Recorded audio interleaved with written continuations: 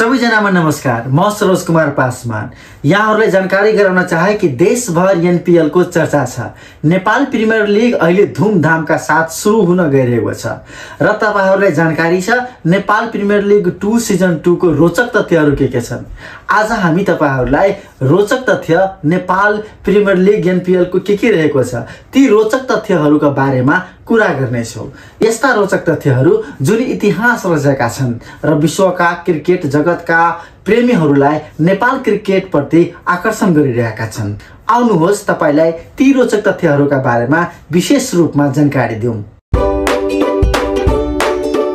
Nepal premier league season 2 का धेरै रोचक तथ्यहरु रहेका छन्। ती मध्ये आज हामी केही तथ्यहरु तपाईमाझ प्रस्तुत गरिरहेका छौं।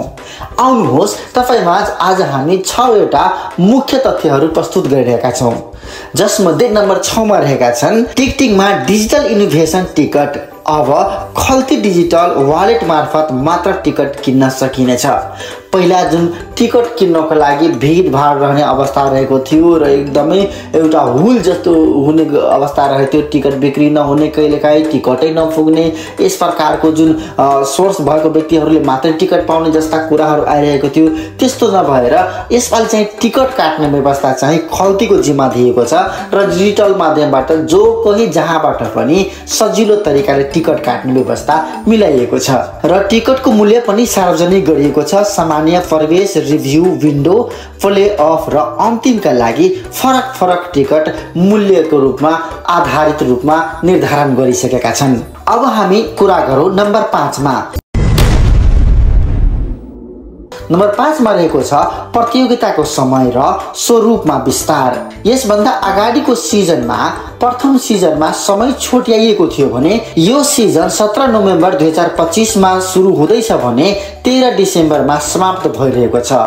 यो एकदमै लाभदायक रूप पनि हुन सक्छ, किनभने लामो समयसम्म मानिसहरूले र प्रत्यक्ष क्रिकेट प्रेमीहरूले यो क्रिकेट हेर्न सक्ने र लाभ उठाउन सक्ने अवस्था रहेको छ भने कुल 32 म्याचहरू हुनेछन्। लीग चरण, play off format, round robin plus play offs 6 जुन प्रतिस्पर्धात्मक बढाउन छ र खेलप्रति झन उत्साह र मानिसहरूको धारणा स्पष्ट गर्न सकिन्छ र खेलप्रतिको चासो पनि प्रष्ट गरिन्छ। अब हामी चर्चा गरौँ नम्बर 4 को।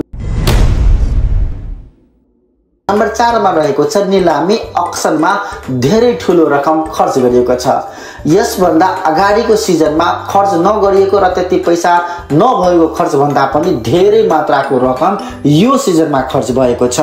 8 फ्रेन्चाइजले नेपाली रकम 21.57 मिलियन खर्च गरेर 37 नयाँ खेलाडीहरू साइन गरेका छन् भने आफ्नो आफ्नो टिममा भित्राइसकेको छ। यो अहिलेसम्मकै सबैभन्दा महँगो रहेको छ। सबैभन्दा महँगो खेलाडीहरू मध्ये देव खनाल र अर्जुन साउद र आदिल अन्सारी लगायतका प्रत्येक खेलाडीहरूलाई 1.5 मिलियन रुपैयाँमा साइन गरिसकेको अवस्था छ। अब हामी चर्चा गर्नेछौँ नम्बर 3 मा। नम्बर 3 मा रहेको छ संघीय फ्रेन्चाइज स्पोन्सर विस्तार। यो सिजनमा कर्णाली याक्सलाई एसियन पेन्ट्सले को स्पोन्सर गरेको छ भने पल्सर मोटरसाइकल कम्पनीले लिगसँग सहकार्य गरेको छ।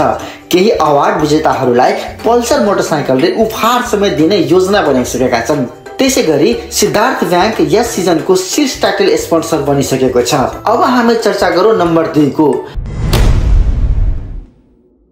नम्बर 2 मा रहेको छ फ्लड लाइट म्याचहरू।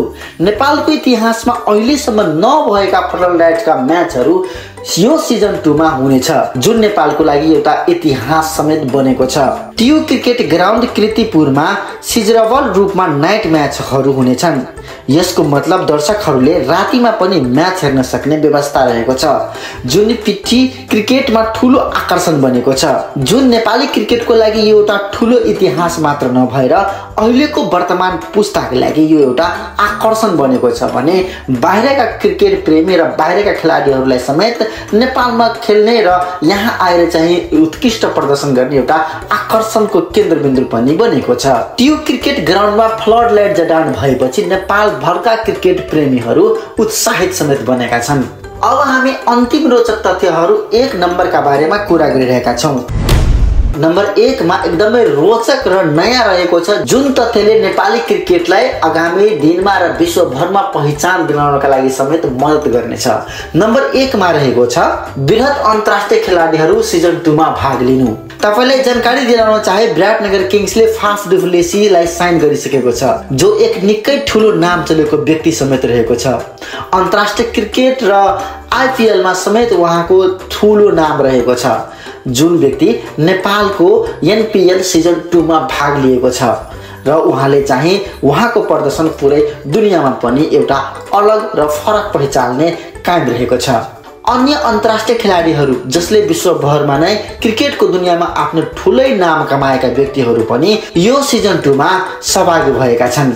त्यो खेलाडीहरू रहेका छन् खेलाडीहरू क्रिस लेन, डेभिड मिलन, गुलबादिन नवीन, वाइने फार्नेलल, इमरान ताहिर आदि रहेका छन्।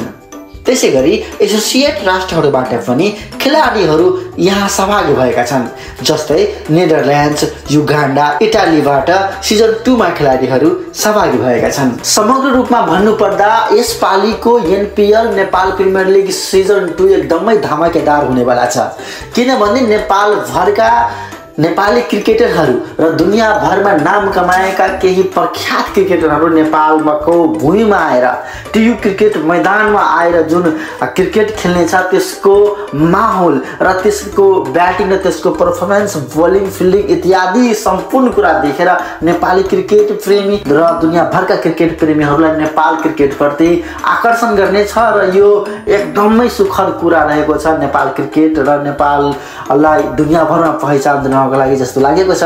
तपाईको विचार के रहेको छ अवश्य रूपमा यसमा कमेन्ट गरेर भन्नुहोला। धन्यवाद।